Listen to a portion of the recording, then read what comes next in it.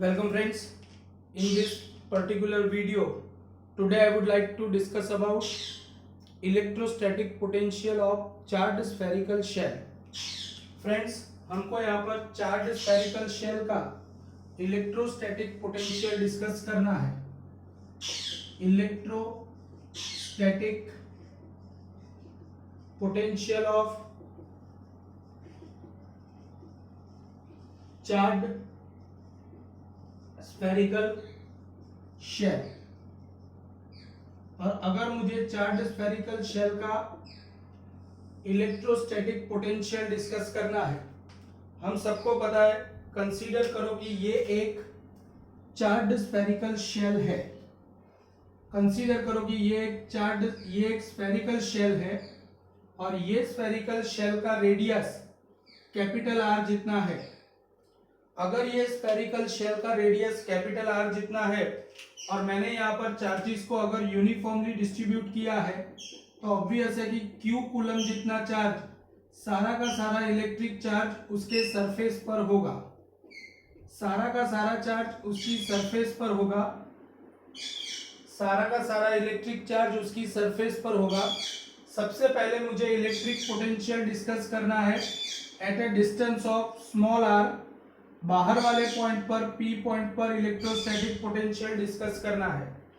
अगर बाहर वाले पॉइंट पर इलेक्ट्रिक पोटेंशियल डिस्कस करना है तो हम सबको पता है कि बाहर वाले पॉइंट के लिए तो ये जो चार्ज का सिस्टम है ये पॉइंट चार्ज की तरह बिहेव करता है और बाहर वाले पॉइंट के लिए तो इलेक्ट्रिक फील्ड का इक्वेशन भी KQ/r² मतलब पॉइंट चार्ज जितना ही होता है. तो इसके रेफरेंस में मैं यहाँ पर ऐसा बोलूंगा कि यहाँ पर for outside the spherical shell, for outside the spherical shell, तो spherical shell के बाहर वाले पॉइंट के लिए small r is greater than capital R. अगर outside the spherical shell के लिए small r greater than capital R है तो यहाँ पर whole charge system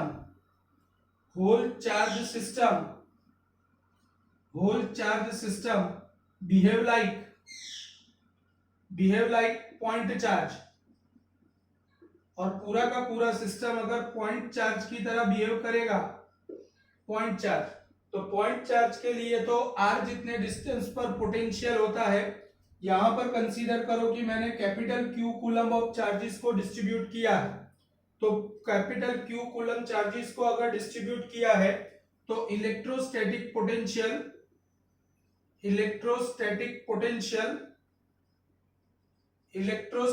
potential at small r distance that is equal to बाहर वाला पॉइंट, एंड बाहर वाला पॉइंट मतलब r greater than capital R के लिए पोटेंशियल का इक्वेशन होगा V इक्वल टू KQ/r. क्योंकि बाहर वाले पॉइंट के लिए तो ये पॉइंट चार्ज की तरह बिहेव करता है और पॉइंट चार्ज के इलेक्ट्रोस्टैटिक पोटेंशियल का फॉर्मूला होता है V इक्वल टू KQ/r. इसको मैं अभी इक्वेशन नंबर 1 बोल के साइड में छोड़ देता हूं. V equal to KQ/r. अब मेरी बात ध्यान से समझो. अब मैं डिस्कस करने जा रहा हूं एट सरफेस. तो चलो, सरफेस का मतलब तो ये हुआ कि सरफेस पर जो पॉइंट होगा, सरफेस पर हम जो पॉइंट सिलेक्ट करेंगे, तो सरफेस पर हमने जो पॉइंट सिलेक्ट किया वो पॉइंट के लिए तो स्मॉल r और कैपिटल R की वैल्यू इक्वल हो जाएगी. एट सरफेस का मतलब होता है r is equal to capital R. अगर small r is equal to capital R है तो इसका मतलब ये हुआ कि एट सरफेस पोटेंशियल हो जाएगा V equal to small r की जगह पर कैपिटल R डाल दिया तो V इक्वल टू KQ/r. अब मुझे अंदर वाले किसी पॉइंट पर डिस्कस करना है. मेरी बात ध्यान से समझना. अंदर वाले किसी पॉइंट पर डिस्कस करना है तो अंदर वाला जो पॉइंट होगा वो inside the spherical shell. Inside the spherical shell अगर मुझे डिस्कस करना है तो friends, inside the spherical shell का मतलब ये हुआ कि यहां पर हमने जो r डिस्टेंस लिया है वो रेडियस से कम है.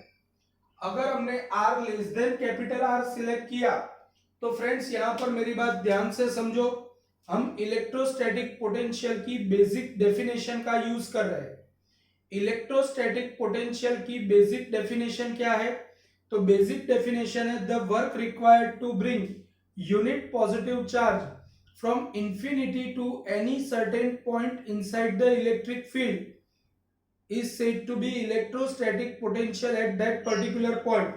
इसका मतलब तो ये हुआ कि अगर मुझे यहाँ पर अंदर वाले पॉइंट पर इलेक्ट्रिक पोटेंशियल कैलकुलेट करना है, तो अंदर वाले पॉइंट पर इलेक्ट्रिक पोटेंशियल कैलकुलेट करने के लिए मुझे यूनिट पॉजिटिव चार्ज को इनफाइनाइट डिस्टेंस से अंदर वाले पी पॉइंट तक लाना पड़ेगा।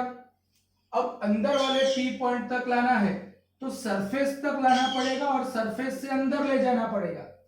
सरफेस तक लाने के लिए कितना वर्क करना पड़ेगा?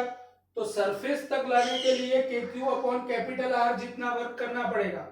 साथ साथ में सरफेस से अंदर P पॉइंट तक जाने के लिए जो एक्स्ट्रा वर्क करना पड़ेगा वो, लेकिन हमको तो पता है कि चार्ज स्फेरिकल शेल के अंदर के रीजन में तो इलेक्ट्रिक फील्ड जीरो होता है, मतलब अंदर ले जाने के लिए कोई एक्स्ट्रा वर्क करने की जरूरत ही नहीं है। अल्टीमेटली इसका मतलब ये हुआ कि इनफाइनाइट डिस्टेंस से सरफेस तक लाने के लिए जो वर्क करना पड़ा वो वर्क, प्लस सरफेस से अंदर ले जाने के लिए जो वर्क करना पड़ा वो वर्क, लेकिन सरफेस से अंदर तक जाने के लिए कोई एक्स्ट्रा वर्क की जरूरत नहीं है।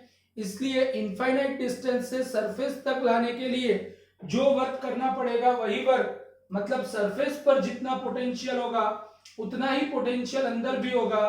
तो inside the spherical shell also potential is equal to potential at surface, तो V equal to KQ upon R। अंदर वाले पॉइंट पर भी KQ upon capital R, surface पर भी KQ अपॉन कैपिटल R, लेकिन बाहर वाले पॉइंट के लिए KQ अपॉन स्मॉल r। तो यहां पर अब मैं जनरल इक्वेशन लिख देता हूं। जनरल इक्वेशन क्या बनेगा? If r is greater than capital R, if distance is greater than capital R, then V equal to KQ upon small r. But if r is less than or equal to r, then V equal to KQ upon capital R. Friends यहां पर ये equation को surface charge density की term में भी याद रखना जरूरी है। अगर surface charge density, if surface charge density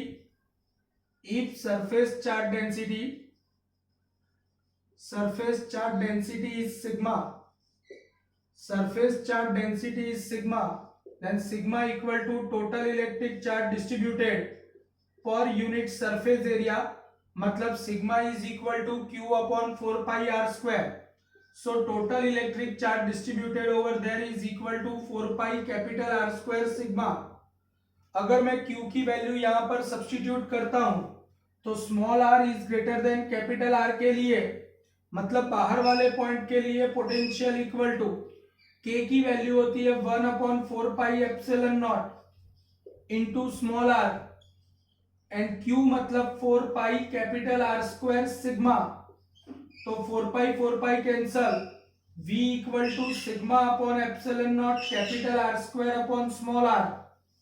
ये R ग्रेटर देन R के लिए है, लेकिन R लेस देन और इक्वल टू कैपिटल R के लिए V इक्वल टू ये वाले फॉर्मूला में K की value 4 pi epsilon not denominator में, कैपिटल R डिनोमिनेटर में, सिग्मा इंटू 4 पाई R स्क्वायर न्यूमरेटर में।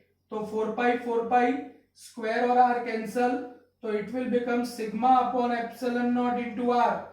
तो अंदर वाले पॉइंट के लिए sigma upon epsilon naught into R और बाहर वाले पॉइंट के लिए sigma upon epsilon naught capital R square upon small r square should be there.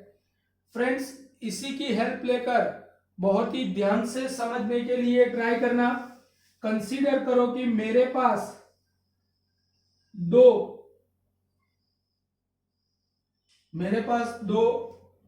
Spherical shells है।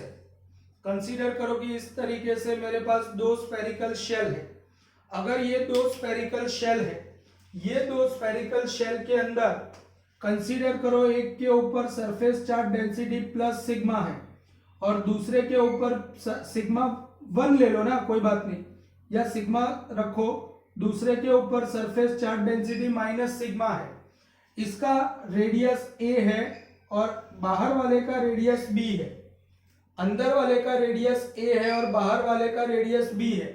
तो आपको अगर मैं क्वेश्चन में पूछूं कि बाहर वाले के सरफेस के ऊपर पोटेंशियल कितना होगा, तो बाहर वाले का सरफेस अगर मैं P पॉइंट यहां पर कंसीडर करता हूं तो P पॉइंट पर पोटेंशियल कितना होगा, तो ध्यान से समझने के लिए ट्राई करना कैसे कैलकुलेट किया जाता है।